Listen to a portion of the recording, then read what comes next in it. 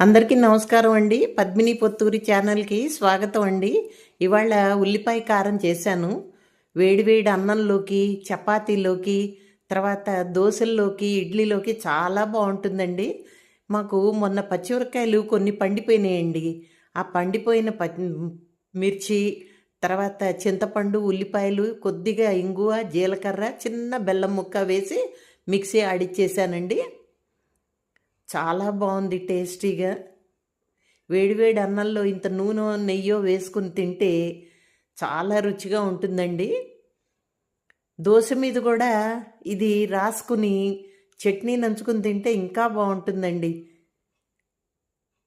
ఇదండి ఫైనల్గా పచ్చడి. మీరు కూడా ఎప్పుడైనా ట్రై చేశారా? ట్రై చేయకపోతే ట్రై చేయండి. పండు మిరపకాయలు లేకపోతే ఎండు మిరపకాయలు కూడా వేసుకోవచ్చండి. చాలా టేస్టీగా ఉంటుంది. Thank you for watching my video. Please like, share and subscribe. Me Padmini Potturi.